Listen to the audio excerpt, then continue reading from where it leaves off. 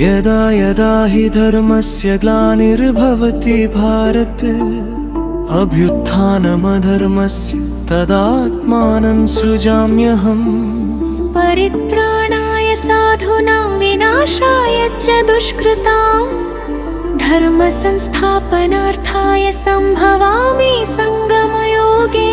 நீங்கள் என் ஆத்மா குழந்தைகள், நான் உங்கள் ஆத்மா தந்தை பரமாத்மா. என்னுடையது அனைத்தும் குழந்தைகள் உங்களுக்குத்தான். இதுவே உங்கள் பிறப்புரியே, நீங்கள் எனக்கு மிகவும் பிரியமான வருவம். இது என் வாக்குறுதி.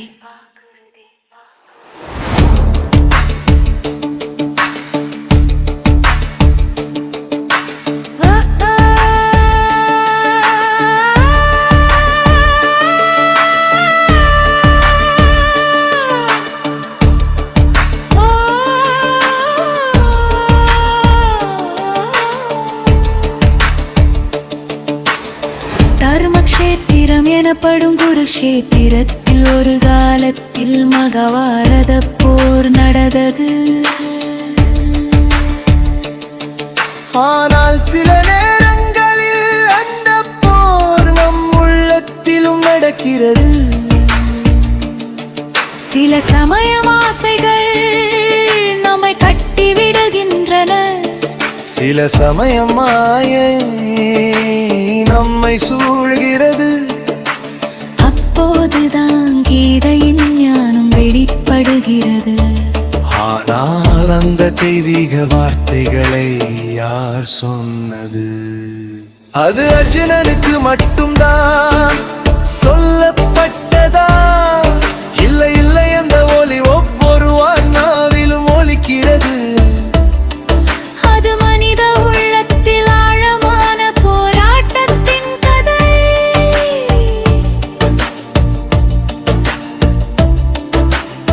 வெளியில் நடந்த ஒரு நிகழ் மட்டுமே உண்மையான குருக்ஷேத்திரம் நம் மனதில் உள்ளது. கீதையின் அழைப்பு போருக்கானது அல்ல, அது அமைதிக்கான அறிவிப்பு.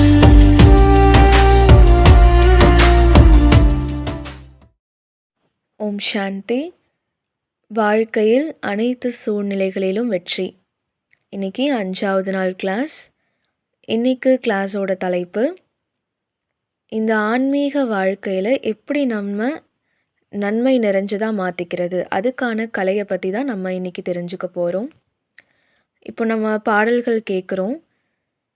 பாடல்கள் கேட்கும்போது அந்த பாடல் பாடின ஆத்மாவை நம்ம கண்களால் பார்க்க முடியாது. அப்போது கவனிக்கிற ஆத்மாவை நம்ம பார்க்க முடியுமா இந்த கண்களால்? அது கவனிச்சிட்டு இருக்கான்னு சொல்ல முடியுமா? கான்ஷியஸோடு கவனிக்கிறாங்களான்னு நமக்கு தெரியாது. அப்போது இந்த விளையாட்டில் நம்ம எல்லாருமே ஆத்மாக்கள் கண்களுக்கு புலப்படாமல் தான் இருக்கும். நம்ம எல்லாருமே சீதைகள் இல்லையா? நம்ம ரொம்ப ரொம்ப லக்கியஸ்ட் இன் த வேர்ல்டு. ஏன்னா பாபா நமக்கு கிடச்சிருக்காரு, அவர் கொடுத்த வாழ்க்கை இருக்குது. நமக்கு எந்த மாதிரி கஷ்டங்கள் வந்தாலும் பாபா நம்ம கூடவே இருக்காரு. அந்த கஷ்டத்தை தாண்டி நம்ம ஈஸியாக ஜெயிக்க முடியுது. நமக்கு எல்லை இல்லாத ஒரு பரிவாரம் கொடுத்துருக்காரு. இந்த வாழ்க்கை நமக்கு ஒரு அழியாத வாழ்க்கை, ரொம்ப ரொம்ப அழகான வாழ்க்கை இந்த பிராமண வாழ்க்கை. நம்ம எப்போ பாதுகாப்பாக ஃபீல் பண்ணுறோமோ அப்போ நமக்கு அந்த இடத்துல எந்த தேவைகளுமே இருக்காது. பாபா சொல்லுவார் இல்லையா, ஆசை என்றால் என்னவென்றே அறியாத நிலை. அப்போது அந்த நிலை நமக்கு நேச்சுரலாக நம்ம அடையணும். நம்ம டிஸ்கஸ் பண்ணிகிட்ருக்கோம். இப்போது வாழ்க்கையில் மகிழ்ச்சிக்கான அடித்தளம் எது? மகிழ்ச்சியாக இருக்கணும், திருப்தியாக இருக்கணும். அதை யாராலையுமே மாற்ற முடியாது. இந்த விளையாட்டில் மகிழ்ச்சி திருப்தி நமக்குள்ளே தான் இருக்குது. நம்ம சில விஷயங்களை மாற்றணும்னு நினச்சா கண்டிப்பாக மாற்ற முடியும். ஆனால் அது உண்மை மூலமாக தான் சில விஷயங்களை நம்ம மாற்ற முடியும்.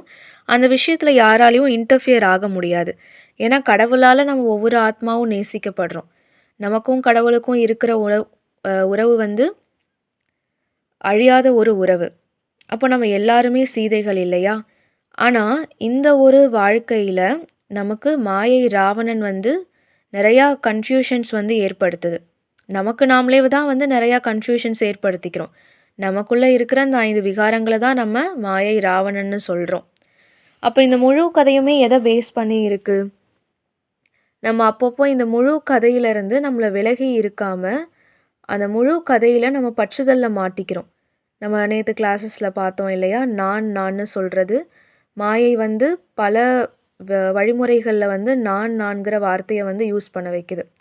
நம்ம யார் அப்படிங்கிற அந்த உண்மை தன்மையை நம்ம மறந்துடுறோம். ஏன்னா மாயை ராவணன் வந்து நமக்கு நிறையா ஆபத்துகளை ஏற்படுத்துது, குழப்பங்களை ஏற்படுத்துது. அந்த இடத்துல அந்த கதையினுடைய பற்றுதலில் போய் நம்ம மாட்டிக்கிறோம். நமக்கு நாமளே ரொம்ப டார்ச்சராக ஃபீல் பண்ணுறோம். அப்போது நிறைய பொய்யான அடையாளங்கள் மூலமாக மாயை ராவணன் நான் அந்த எழுத்து மூலமாக தான் நமக்கு நிறைய பிரச்சனைகளையும் குழப்பங்களையும் உருவாக்குது. அப்போது ஆசைனா என்னன்னே தெரியாத நிலை எப்போ வரும்? நம்ம அந்த உண்மையை நோக்கி போகும்போது, உண்மையை உணரும் போது தான் வரும். அப்போ அதை யாராலையுமே மாற்ற முடியாது. ஆனால் ராவணன் வந்து நிறையா விஷயங்களில் தடை ஏற்படுத்துகிறான்.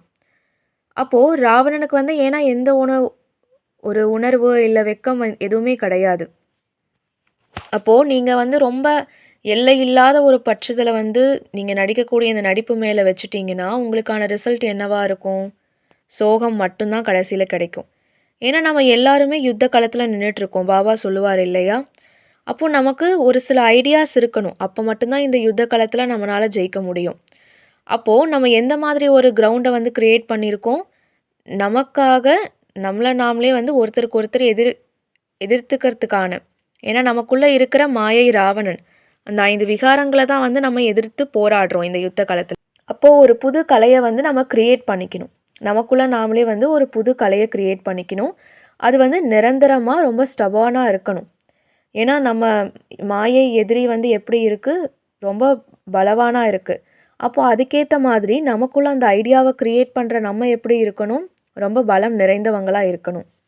அப்போது நமக்கு எனிமி வந்து இந்த உலகத்தில் யாருமே கிடையாது, மற்ற ஆத்மாக்கள் இல்லை. நமக்குள்ளே இருக்கிற அந்த வேண்டாத எண்ணங்கள் விகாரங்கள் தான் வந்துட்டு மாயை ராவணன் நம்ம சொல்கிறோம். இப்போ இந்த உலகத்தில் வந்து சில டெரரிசம் நடக்குது. சில தீவிரவாதிகள் வந்து மக்களை கஷ்டப்படுத்தும் போது மக்கள் வந்து அந்த கஷ்டத்தை வந்து அனுபவிக்கிறாங்க இல்லையா? அப்போ நமக்குள்ளே இருக்கிற மாயை நம்மளை வந்து தடுக்குது. எதிலிருந்து தடுக்குது? நம்ம அந்த உண்மையை பார்க்க விடாமல், உண்மையை சில நேரங்களில் உணர விடாமல் அந்த அனுபவத்தில் இருந்து மாயை நம்மளை தடுத்து நிறுத்திடுது. அப்போ அதுக்கு பதிலாக நம்ம என்ன பண்ணணும்? நமக்குள்ளே இருக்கிற அந்த நல்ல குணங்களை தாரணை பண்ண ஆரம்பிக்கணும். அன்பு, அமைதி, திருப்தி, இது தாரணை பண்ணுறதுக்கு நமக்கு சில ஐடியாஸ் கண்டிப்பாக இருக்கணும். அப்போ மட்டும்தான் இது எல்லாமே அனுபவம் பண்ண முடியும். உண்மையாக அனுபவிக்கும் போது தான் நமக்கு அந்த துக்கத்தினுடைய அலை வந்து தாக்காது. இப்போ ஒருவேளை நம்ம வந்து இந்த உண்மையை அனுபவிக்கல, இல்லை இந்த குணநலன்களை வந்து நம்ம தாரணை செய்யலைன்னா நம்ம கண்டிப்பாக புரிஞ்சுக்கணும், மாயை ராவணன் வந்து நமக்குள்ளே நிறைய தொந்தரவுகளை ஏற்படுத்திகிட்டே இருக்கான். அப்போ நமக்கு நாமளே வந்து நிறைய பிரச்சனைகளை உருவாக்கிக்கிறோம். ஏன்னா மாயை வந்து மிகப்பெரிய புத்திசாலி இல்லையா? பாபா கூட சொல்லியிருக்காரு. அப்போது நம்ம அதை ஒரு கற்பனை அப்படிங்கிற தூரத்தில் நம்ம வச்சு பார்க்கும்போது கண்டிப்பாக அதனுடைய சக்தி வந்து கொஞ்சம் குறையலாம். ஏன்னா நமக்கு தெரியும் நம்ம மாயை ராவணனை வந்து கண்டிப்பாக நல்ல முறையில் புரிஞ்சுக்கணும். எதுலாம் மாயை, எந்த மாதிரி விஷயங்கள் நமக்கு தடை ஏற்படுத்துது, மாயை எந்த மாதிரி ரூபத்தில் வந்து நமக்கு தொந்தரவு கொடுக்குது, அதை வந்து கண்டிப்பாக நம்ம புரிஞ்சு வச்சுக்கணும். மாயையை வந்து குறைச்சி நம்ம மதிப்பிடுறோம், அதனால தான் நம்ம தோற்று போயிடுறோம். ஏன்னா மாயை பலவிதமான அடையாளங்கள் ரூபங்களில் வந்து அதனுடைய விளையாட்டை விளையாண்டுட்டுருக்கு. நம்ம பார்க்குறோம் இல்லையா? ஒரு சைடில் வந்து மாயையினுடைய 10 தலைகள் இருக்குது, இன்னொரு சைடில் ராமர் சீதை இருக்கும். அப்போது இந்த பாக்ஸிங் கேமில் என்ன பண்ணுறாங்க? ஒருத்தரை வந்து மயக்கமடைய செய்கிறாங்க இல்லையா அடித்து. அதே மாதிரி மாயை ராவணன் வந்து ஒரு குத்து விட்டுச்சுன்னா நம்ம ஆத்மாக்கள் எல்லாருமே வந்து மயக்கம் அடைஞ்சிடுறோம். நமக்கு அந்த இடத்துல உண்மையை உணர முடியறதில்ல, அந்த தடையிலேருந்து வெளியே வர முடியறதில்ல. அப்போது மாயை வந்து சில சமயம் எப்படி இருக்குன்னா நம்மளுடைய மனசுக்கு வந்து அதிகாரியாக மாறிடுது, சுப்ரீம் லீடராக மாறிடுது. ஏன்னா 24 மணி நேரமும் மாயையினுடைய வேலை எப்படியெல்லாம் ஆத்மா நம்ம வந்து தோக்கடிக்கலாம், எப்படி வந்து பாபா கிட்டேருந்து நம்மளை பிரிக்கலாம், அந்த மாதிரி விஷயங்களை தான் மாயை திங்க் பண்ணிகிட்டே இருக்கும், பிளான் பண்ணிகிட்டே இருக்கும். ஏன்னா நம்மளுடைய மனசு கூட ராவணனுக்கு அப்பப்போ வந்து ஆஃபர் பண்ணுது சில சமயங்கள், சில வாய்ப்புகளை வந்து நம்மளை நாமளே தோக்கடிக்கிறதுக்கு இந்த மனம் அப்படிங்கிற மந்திரி வந்து ஆஃபர் பண்ண ஆரம்பிச்சிடுது. நம்ம முரளி படிக்கிறோம். ஆனா எத்தனை பேர் வந்து முரளி கேட்கறதும், படிக்கிறதும் கான்ஷியஸா இருந்து படிக்கிறோம்? பாபா சொல்லுவார் இல்லையா? கவனத்தோட முரளி கேட்கணும், குறிப்பெடுத்து வச்சுக்கணும். ஆனா நம்ம எல்லாருமே வந்து கான்ஷியஸோட கேட்குறோம்னு நெனைக்கிறோம். அந்த நெனப்பு தான் வந்து மாயை. ஆனா உண்மையிலேயே நம்ம வந்து கான்ஷியஸோட கேட்குறோம்னா, சில சமயம் நமக்கு அந்த கான்ஷியஸ் இருக்கிறதில்ல. அந்த ஈகோ நமக்குள்ள வந்து என்டர் ஆயிடுது. அப்போ மாயை இந்த மாதிரி பல ரூபங்கள்ல வந்து நமக்கு தடையை ஏற்படுத்துது. அப்போ ராவணன் வந்து நமக்கு தொந்தரவு குடுத்துட்டே இருக்கான். நம்மளும் வந்து பலவிதமான ரூபங்கள்ல வந்து அந்த அகங்காரத்த வெளிப்படுத்திட்டே இருக்கோம். இப்போ இந்த பாக்ஸிங் கேம்ல வந்து என்ன பண்றாங்கன்னா, ஒருத்தர் இன்னொருத்தர அடிக்கும்போது அவருக்கு காயங்கள் ஏற்படுது. ஒரு 10 ரவுண்ட் இருக்குன்னா, 9 ரவுண்ட்ல மாயை ராவணன் நம்மள வந்து காயப்படுத்திட்டான். அப்ப மீதி இருக்கிற ஒரு ரவுண்ட்ல ஜெயிக்க முடியுமா? பாசிபிள் இருக்கா? நான் கேள்வி கேட்குறேன். நீங்க எல்லாருமே பதில் சொல்லுங்க. யோசிங்க. 9 ரவுண்ட்ல மாயை ராவணன் வந்து நம்மள ரொம்ப காயப்படுத்திடுறான். மீதி ஒரு ரவுண்ட் தான் நமக்கு சான்ஸ் இருக்கு. அந்த ஒரு ரவுண்ட்ல நம்மளால ஜெயிக்க முடியுமா? அந்த பாக்ஸிங்ல வேணா முடியாம இருக்கலாம். ஆனா, இந்த நம்மளுடைய நாடக நடிப்புல கண்டிப்பா நமக்கு பாசிபிலிட்டி இருக்கு. ஏன்னா, நம்ம எல்லாருமே சீதைகள் இல்லையா? நம்ம கூட யார் இருக்கா? ராமர், சிவ் பாபா இருக்காரு. ஏன் இத பாசிபிள்னு சொல்றோம்? எல்லா விதமான போர்கள்லயுமே ஒரு பாசிபிலிட்டி இருக்கும். இப்போ ஒரு நாடும், இன்னொரு நாடும் சண்டை போட்டுக்கிறாங்க. அப்போ அந்த இன்னொரு நாட்ட ஜெயிக்கிறதுக்கான ஒரு வாய்ப்பு என்னன்னா, நம்ம ஏதாவது வித்தியாசமா யோசிக்கிறோம். நமக்கு புதுசா ஏதாவது ஒரு செய்தி கிடைக்குதுன்னா, அந்த டிஃப்ரெண்ட் திங்கிங், அந்த டிஃப்ரெண்ட் வே வச்சு கண்டிப்பா அந்த சான்ஸ் யூஸ் பண்ணி நம்மளால ஜெயிக்க முடியும். அப்ப நம்ம கூட நம்ம வாழ்க்கையில அத தான் பண்ணணும். சாதாரணமா ஒரு வேலைக்கு போற இடத்துல, இல்ல படிப்பு விஷயங்கள்ல நம்ம ஜெயிக்கிறதுக்காக நிறைய டிஃப்ரெண்ட் வேஸ் யூஸ் பண்றோம் இல்லையா? அப்போ இந்த வாழ்க்கை அப்படிங்கிற யுத்த களத்துல நம்ம இருக்கோம். மாயை ராவணன் நம்ம ஜெயிக்கணும். நம்ம செஞ்ச ஒரு ஐடியாவையே யூஸ் பண்ணி திரும்ப திரும்ப செய்யும்போது ரிசல்ட் நமக்கு ஒரே மாதிரி தான் கிடைக்கும். அதுக்காக தான் பாபா நமக்கு புது புது யுக்திகள் வந்து சொல்லி கொடுத்துருக்காரு. 2 விஷயங்கள் நம்ம நல்லா புரிஞ்சுக்கிட்டு அதை செய்ய ஆரம்பிக்கணும். 1, நம்ம எதிரி மாயை ராவணனுக்குள்ள இருக்கிற பலவீனம் என்னங்கிறது நம்ம தெரிஞ்சுக்கணும். அடுத்ததான் நமக்குள்ள என்ன பலம் இருக்கு, நமக்குள்ள என்ன ஐடியாஸ் இருக்குங்கிறதையும் தெரிஞ்சுக்கணும். இந்த 2 விஷயங்கள் இருந்தா மட்டும்தான் நம்ம ராவணன் கிட்ட போருக்கு போக முடியும். அப்போ ராவணனுடைய பலவீனம் என்ன? ராவணனுக்கு எப்பவுமே வந்து ஒரு கண்டினியூஸா ஒரு சப்ளை இருந்துகிட்டே இருக்கணும். இப்போ நம்ம உடம்புல வந்து எப்படி தண்ணீர் தேவைப்படுது, சாப்பாடு தேவைப்படுது, அந்த சப்ளை இருந்தா மட்டும்தான் உடம்பு ஆரோக்கியமா இருக்கும். அதே மாதிரி தான் மாயை ராவணனுக்கு நம்ம எண்ணங்கள் தான் வந்து ஒரு சப்ளை மாதிரி. அப்போ அந்த நம்ம சரியான எண்ணங்களை உருவாக்கிட்டே இருந்தா மாயை ராவணன் அன்கான்ஷியஸ் ஆயிடுவான், வீக் ஆயிடுவான். அப்போ ஆட்டோமேட்டிக்கா நம்ம கிட்ட மாயை தோத்துரும். இல்ல நம்ம எண்ணங்களை வந்து மாயை ராவணனுக்கு, நம்ம மனசை வந்து அடிபணிய வச்சுட்டே இருந்தோம் மாயை ராவணனுக்கு அப்படின்னா, கண்டிப்பா வந்து நம்ம தோத்து போயிடுவோம். அப்போ அந்த சப்ளையை முதல்ல நம்ம கட் பண்ணணும். இப்போ மாயை ராவணனுக்கு 10 தலைகள் இருக்கு. இப்போ அந்த ஒரு தலையில சிகரெட் அப்படின்னு வச்சுக்கலாம். இப்போ ஒரு நாளைக்கு 10 தடவை சிகரெட் பிடிக்கிறோம் அப்படின்னா, அப்போ தடவை அந்த சிகரெட் பிடிக்கும் போதே அது வந்து நம்ம ஸ்டாப் பண்ணுறதுக்கு நினைக்கணும். இல்லை ஒரு சிகரெட் பிடிச்சிட்டு 2வது சிகரெட் 10வது சிகரெட்டில் வந்து அதை ஸ்டாப் பண்ணணும்னு நினச்சா, அப்போ அந்த சப்ளை போயிட்டே இருக்க இருக்க ராவணன் ரொம்ப சக்திசாலியாக மாற ஆரம்பிச்சிடுவான். அப்போ நம்ம 10வது சிகரெட் பிடிக்கும்போது இல்லை நான் நிறுத்தணும், இனிமேல் பிடிக்கக்கூடாதுன்னு நினச்சா அது நம்மளால முடியாது. ஏன்னா அதுக்கு ராவணனுக்கு சப்ளை அதிகமாக போயிடுச்சு, நம்ம கொடுத்துட்டோம். அப்போ நம்ம எண்ணங்களுக்கு முதல்ல முற்றுப்புள்ளி வைக்க கற்றுக்கணும். இந்த பாசிபிலிட்டி இருந்துச்சுன்னா கண்டிப்பாக சீதைகள் நம்ம எல்லாருமே வந்து ஜெயிக்க முடியும் மாயை ராவணனை எதிர்த்து. ஏன்னா நம்ம சீதைகள் எல்லாருமே இந்த ஒரு பொசிஷனில் இருக்கோம். நம்ம என்ன யோசிக்கணும், மாயை ராவணனுக்கு ஒத்துழைப்பு கொடுக்கணுமா வேண்டாமா அப்படிங்கிற அந்த ஒரு தீர்மானம் நம்ம கையில் தான் இருக்குது. எப்படி வந்து பிரிட்டிஷ் ஆட்சி காலத்தில் வந்து நான் கோஆப்ரேஷன் மூவ்மெண்ட் நடத்துனாங்க இல்லையா? ஒத்துழையாமை இயக்கம்னு சொல்லி ஒன்று கொண்டுட்டு வந்தாங்க. அதாவது பிரிட்டிஷ் என்னென்னலாம் வந்து ஆர்டர் போடுறாங்களோ அது என்னென்னலாம் வந்து தவறானதாக இருக்கும், அதுக்கு மக்கள் வந்து நாங்கள் செய்ய மாட்டோம்னு சொல்லி ஒத்துழையாமை இயக்கம் வந்து கடைபிடிச்சிட்டு வந்தாங்க. அதே மாதிரி தான் நம்ம மாயையை வந்து வீக் ஆக்கணும் அப்படின்னா முதல்ல அதுக்கு ஒத்துழைப்பு கொடுக்கறத நம்ம நிறுத்தணும். அதுவும் ஒரே அடியில் நம்ம நிறுத்தணும். நம்ம அதுக்கு சான்சஸ் கொடுத்துட்டே இருந்தோன்னா அந்த மாயைக்கு ரொம்ப சக்தி அதிகமாகிடும். அப்போ நம்ம வீக்கார ஆரம்பிச்சிடுவோம். இப்போது மாயைக்கான பிக்கஸ்ட் சப்ளை எது? நம்மளுடைய எண்ணங்கள் தான். சரி, அதை எப்படி நம்ம தடுத்து நிறுத்துறது? அதுக்கான வழி என்ன? நம்ம சிவ் பாபா கிட்ட நம்மளுடைய மைண்டை வந்து பிஸியாக வச்சுக்கணும். எப்போ சீதையினுடைய அந்த மனசு வந்து ராமர்கிட்ட பிஸியாக இருக்கோ, ராமரை பற்றின எண்ணங்களில் சிவ் பாபா சொல்லக்கூடிய முரளி, சேவை, சிவ் பாபா கொடுக்குற ஹோம் ஒர்க்ஸ், இது மூலமாக எப்போ பிஸியாக நம்ம மைண்டை வச்சுக்கிறோமோ அப்போது மாயை ராவணனுக்கு நம்ம எண்ணங்கள் மூலமாக சப்ளை ஆகிற அந்த தாட்ஸ் இருக்குது இல்லையா, வேண்டாத எண்ணங்கள், அது வந்து ஸ்டாப் ஆகிடுச்சுன்னா மாயை ராவணன் ஆட்டோமேட்டிக்காக வீக்காக ஆரம்பிச்சிடுவான். குல்சார் தாதி ஒரு தடவை கிளாஸில் சொல்லியிருக்காங்க எல்லாருக்காகவும். எல்லார்கிட்டேயும் வந்து பலவீனம் இருக்குது. ஏன்னா மாயை ராவணனுக்கு நிறையா விதமான தலைகள் இருக்குது. வெவ்வேறு பொய்யான அடையாளங்களில் மாயை ராவணன் வந்து நம்ம முன்னாடி வருது. அப்போ ஒவ்வொருத்தருக்குமே வந்து மிகப்பெரிய தடை, மிகப்பெரிய விகாரம் அப்படிங்கிறது ஒன்று இருக்குது. அந்த விகாரம் தான் நமக்கு கடைசி வரைக்கும் தொந்தரவு கொடுத்துட்டே இருக்குது. அப்போது ஒரு 3 நாள் ப்ரோக்ராமில் ஒரு ஹோம்ஒர்க் மாதிரி கொடுத்துருந்தாங்க. நம்ம எண்ணங்களுக்கு வந்து முற்றுப்புள்ளி வைக்கணும். அதாவது வேண்டாத எண்ணங்கள், அந்த எண்ணங்களை சப்ளை பண்ணுறதுக்கு நம்ம முற்றுப்புள்ளி வைக்க கற்றுக்கணும். அப்போது நம்ம முரளியில், பாபா சேவையில், பாபா நினைவில் வந்து நம்மளோட மைண்டை பிஸியாக வச்சுக்கணும். அப்போது ஆட்டோமேட்டிக்காக மாயை வந்து அன்கான்ஷியஸ் ஆரம்பிச்சிடும். நம்ம வந்து கான்ஷியஸ் ஸ்டேஜுக்கு வந்துடுவோம். அப்போது மாயை வந்து நமக்கு எந்த ஒரு ப்ராப்ளமும் க்ரியேட் பண்ணாது இதுக்கப்புறம். அப்போது உங்கள் எல்லார்கிட்டேயுமே என்னென்ன விகாரங்கள் முதன்மையானதாக இருக்குன்னு நீங்கள் நினைக்கிறீங்களோ, ரொம்ப தொந்தரவு கொடுக்குதுன்னு நினைக்கிறீங்களோ, அதை ஃபஸ்ட்டு கன்சிடர் பண்ணி அதுக்கு ஒத்துழைப்பு கொடுக்கறத நீங்கள் ஸ்டாப் பண்ணணும்.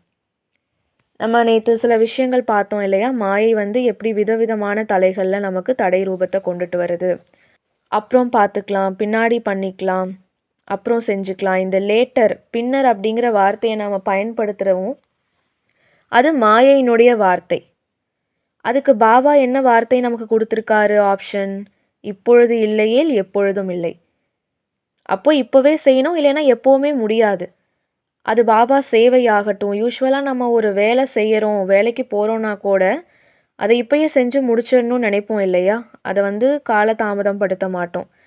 அதே மாதிரி நம்ம என்ன செய்யணும்னு நினைக்கிறோமோ, பாபாவுடைய சேவையாகட்டும், நினைவாகட்டும், இல்லை இந்த விகாரங்களை தடுக்கணும்னு நம்ம நினைக்கிறோன்னா அதை உடனே நம்ம பண்ணணும். இல்லை அப்புறம் பார்த்துக்கலாம் நம்ம வந்து பின்னாடி தள்ளி போட்டுகிட்டே இருந்தோன்னா கண்டிப்பாக வந்து மாயையினுடைய வலைக்குள்ளே நம்ம மாட்டிக்குவோம். அப்போது அந்த பின்னர் அப்படிங்கிற வார்த்தைக்கு பதிலாக இப்பொழுது இல்லையேல் எப்பொழுதும் இல்லை, அந்த ஒரு வார்த்தையை வந்து நம்ம ஞாபகத்தில் வச்சுக்கணும். அடுத்து 2வது மாயையினுடைய வார்த்தை என்ன? ரொம்ப கடினம்னு சொல்கிறோம். ரொம்ப கஷ்டமாக இருக்குது யோகா பண்ண, சேவை பண்ண. ஆனால் பாபா என்ன சொல்லியிருக்காரு? இது சகஜ ராஜயோகம்னு சொல்லி கொடுத்துருக்காரு. இப்போ இந்த சகஜ ராஜயோகம் கற்றுக்கிறதுக்கு நம்ம என்ன பண்ணணும்? நம்ம மைண்டை வந்து கொஞ்சம் பிஸியாக வச்சுக்கணும். பாபாவுடைய நினைவை வந்து ஏற்படுத்திக்கணும், முரளி படிக்கணும், சேவை பண்ணணும். அடுத்து 3வது விஷயம் பலவீனம். மாயை வந்து நம்ம வந்து பலம் இழக்க செய்து. ஆனால் பாபா என்ன சொல்லியிருக்காரு? நீங்கள் எல்லாருமே சக்திசாலியான ஆத்மாக்கள், மாஸ்டர் சர்வசக்திவான்னு சொல்லியிருக்காரு. நம்ம எல்லாருமே வந்து சிங்கங்கள் இல்லையா? அப்போ என்னால் முடியும், என்னால் இந்த விகாரத்திலேருந்து வெளியே வர முடியும்னு நம்ம முதல்ல நம்ம மேலே நம்பிக்கை வைக்கணும். அந்த ஒரு வார்த்தையை நமக்கு நாமளே சொல்லிக்கணும். நம்ம மாஸ்டர் சர்வசக்திவான் அந்த ப்ராக்டிஸ் நம்ம பண்ணிகிட்டே இருக்கணும். அந்த நினைவு நமக்கு இருக்கும்போது நம்ம பலவீனம் ஆட்டோமேட்டிக்காக இரேஸ் ஆகிடும். அடுத்து 4வது விஷயம் ப்ராசஸ். ரொம்ப நம்ம இதை ரொம்ப நாள் செஞ்சுட்டே இருக்கோம், தினமும் யோகா பண்ணுறோம், தினமும் சேவை பண்ணுறோம், இந்த மாதிரி நம்ம யோசிச்சுட்டே இருக்கோம் இல்லையா? ஆனால் பாபா என்ன சொல்கிறாரு? ஒரு செகண்ட் நீங்கள் செக் பண்ணுங்கள். செய்கிற எல்லா செயல்களையுமே ஒரு செகண்ட் டைம் கொடுத்து, நான் பாபா சொல்கிற மாதிரி செய்கிறேனா, பாபாவோட வழிப்படி நடந்துக்கிறேனா, இல்லை மாயையினுடைய வழிப்படி நடக்கிறேனா? அப்போ நம்ம அந்த ஒரு செகண்ட் கொடுத்து நம்ம செக் பண்ணும்போது என்ன ஆகும்? அந்த ப்ராசஸ் வந்து நமக்கு கஷ்டமானதாக இருக்காது, அது ஈஸி நேச்சர் ஆகிடும். அந்த ப்ராசஸை வந்து நம்ம பாதியிலேயே ட்ராப் அவுட் பண்ண மாட்டோம். அடுத்த 5வது விஷயம் டவுட்ஸு. நிறைய சந்தேகங்கள் வருது இல்லையா? முரளி மேலே, பிராமண பரிவாரத்து மேலே, அந்த மாதிரி சந்தேகங்கள் வரும்போது ஈவன் பாபா மேலே கூட சந்தேகம் ஏற்பட்டு பாபாவோட கையை விட்டுட்டு போயிடுறாங்க அப்படின்னு சொல்லி பாபாவே முரளியில் சொல்லியிருக்காரு. அந்த நிக்ஷய புத்தி நமக்கு வேணும். அந்த சந்தேகத்துக்கு பதிலாக பாபா கொடுத்துருக்கிற வார்த்தை என்ன? நிக்ஷய புத்தி. இப்போ பாபா மேலே, பரிவாரத்து மேலே, ட்ராமா மேலே நமக்கு அந்த நிச்சய புத்தி இருக்கும்போது மாயையை நம்ம ஈஸியாக வந்து தோக்கடிக்க முடியும். அப்போது நமக்கு அந்த ஞானத்தை அந்த இடத்துல நம்ம அப்ளை பண்ண ஆரம்பிக்கணும். அப்போ தான் வந்து சந்தேகங்கள் நமக்குள்ளே இருக்காது. 6வது விஷயம் எக்ஸ்கியூஸ் கேட்குறோம் இல்லையா? நான் ரொம்ப பிஸியாக இருந்துட்டேன், அதனால் யோகா பண்ணல, எனக்கு இந்த காரியங்கள் இருந்தது, சேவையில் கான்சென்ட்ரேட் பண்ண முடியல, நிறையா நம்ம எக்ஸ்கியூஸ் சொல்ல ஆரம்பிக்கிறோம். அமிர்த வேலை எந்திரிக்க முடியல, அந்த மாதிரி நம்ம பிஸின்னு அந்த வார்த்தையை யூஸ் பண்ணுறோம். பாபா சொல்லியிருக்காரு, காரணம் சொல்லாதீங்க, அதுக்கான நிவாரணத்தை தேடுங்கன்னு சொல்லியிருக்காரு. இப்போ நம்ம காரணம் சொல்கிறத விட்டுட்டு நிவாரணத்தை நம்ம எடுத்துக்க ஆரம்பிக்கணும். அடுத்து பக்தி. நம்ம பக்தி செய்ய ஆரம்பிக்கிறோன்னா அந்த இடத்துல உண்மை வந்து மறைஞ்சு போயிடுது. நம்ம பக்தியை நேற்று கூட பார்த்தோம் இல்லையா கிளாஸில். சீதை வந்து ராமருடைய சிலையை வச்சே பூஜை பண்ணிட்டு இருந்தாங்க. ராமர் முன்னாடி வந்து உண்மையை சொல்லி அவங்கள கூட்டிகிட்டு போக நினச்சா கூட அவங்களுக்கு அந்த உண்மை தெரியல. அந்த உண்மையாக வந்திருக்கக்கூடிய ராமரையே ஒதுக்கிட்டு அந்த சிலையை தான் வந்து அவங்க பற்றுதல் வச்சு பூஜை செஞ்சுட்டே இருந்தாங்க.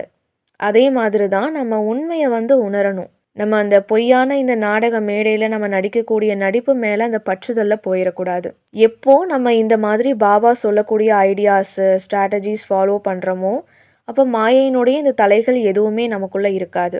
அப்போ எல்லா விதமான மாயனுடைய கதவு ஜன்னல் எல்லாமே மூடிடும். ஏன்னா பாபா தான் ரிஜிஸ்டர் இல்லையா. போட்டிக்கான இந்த விளையாட்டுக்கான யுத்தத்துக்கான எல்லா விதிமுறைகளுமே பாபாவுக்கு தெரியும். பாபாவுக்கு தெரியும் நம்ம மாயா கிட்ட இருந்து குழந்தைங்களை எப்படி காப்பாற்றணும், அதுக்கான வழிமுறைகளை பாபா கொடுக்குறாரு. அதை நம்ம புரிஞ்சுட்டு ஒரு 3 நாள் நம்ம ஹோம்ஒர்க் பண்ணலாம். இப்போ சொன்ன இந்த விஷயங்களை வச்சு நம்ம ஒவ்வொரு செயல்களையும் வந்து செக் பண்ணி நம்ம சேஞ்ச் பண்ணுவோம். நல்லது. ஓம் சாந்தி. பகவத்கீதை என்பது ஒரு பழமயமல் நூல் மட்டுமல்ல, அது இறைவனின் அன்பான செய்தி. ஏன் அது ஒவ்வொரு யுகத்திலும் பிரபலமாக உள்ளது. அது என்றும் இதயங்களை ஏன் விழிப்பூட்டுகிறது. என்னை மட்டுமே சரணடையுங்கள், நான் உங்களை அனைத்து பாவங்களிலிருந்தும் விடுவிப்பேன். பயப்பட வேண்டாம், பயப்பட வேண்டாம். இந்த அமுதமான வார்த்தைகளை யார் கூறியது? இது யுகம் தோறும் மீண்டும் மீண்டும் சொல்லப்படும் தனித்துவமான கதை. இதனுள்ளே ஆன்மாவை விழிப்பூட்டும் அரிய ஞானாக சூழ்ந்து மறைந்துள்ளன. தர்மம் குறையும் போது அதர்மம் அதிகரிக்கும் போது நான் வெளிப்படுவேன். தர்மம் குறையும் போது அதர்மம் அதிகரிக்கும் போது நான் வெளிப்படுவேன். உலகில் நன்மை குறையும் போது இறைவன் மீண்டும் வழிபடுவேரா. பிரம்மாவின் உடலின் மூலம் ஞானத்தின் திங்கையோட செய்கிறார். அவர் அறியாமை இருளை நீக்குகிறார். ஒவ்வொரு இதயத்திலே சத்தியத்தின் தீபத்தை ஏற்குகிறார். மனதை தூய்மையாக்குகிறார். உலகிற்கு அன்பை கற்றுக் கொடுக்கிறார். முக்திக்கான உண்மையான பாதையை காட்டுகிறார். என்னை நினைவு செய்யுங்கள், நீங்கள் ஆத்மா குழந்தைகள். நான் உங்கள் ஆத்மா தந்தை பரமாத்மா. என்னுடைய அனைத்தும் குழந்தைகள் உங்களுக்குத்தான். இதுவே உங்கள் பிறப்புரிதே. நீங்கள் எனக்கு மிகவும் பிரியமானவர்கள். இது என் வாக்குறுதி.